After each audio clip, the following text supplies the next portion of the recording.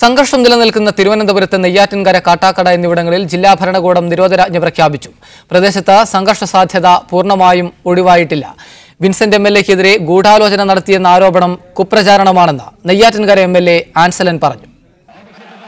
സ്ത്രീപീഡന കേസിൽ അറസ്റ്റിലായ M Vincent എംഎൽഎയുടെ വീട്ടിലേക്ക് മാർച്ച് നടത്തുമെന്ന് എൽഡിഎഫും തടയുമെന്ന് കോൺഗ്രസും പ്രഖ്യാപിച്ചത് സംഘർഷ സാധ്യതയുണ്ടാക്കി. ഇതേ തുടർന്നാണ് നിരോധനാജ്ഞ പ്രഖ്യാപിക്കണമെന്ന ശുപാർശ പോലീസ് കലക്ടർക്ക് നൽകിയത്. റിപ്പോർട്ട് പരിശോധിച്ച് പോലീസ് ആക്ട് 81 പ്രകാരം 5 ദിവസത്തേക്ക് നെയ്യാറ്റിൻകര കാട്ടാക്കട സ്റ്റേഷൻ പരിധിയിൽ നിരോധനാജ്ഞ പ്രഖ്യാപിച്ചു.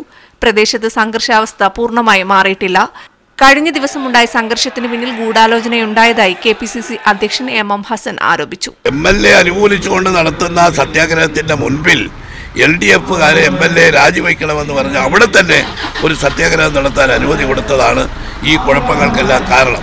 ഇതിനിടെ വിൻസെന്റ് എംഎൽഎക്കെതിരെ നടന്ന ഗൂഢാലോചനയിൽ പങ്കുണ്ടെന്ന ആരോപണം നിഷേധിച്ച് നെയ്യാറ്റിൻകര എംഎൽഎ ആൻസലനും രംഗത്തെത്തി.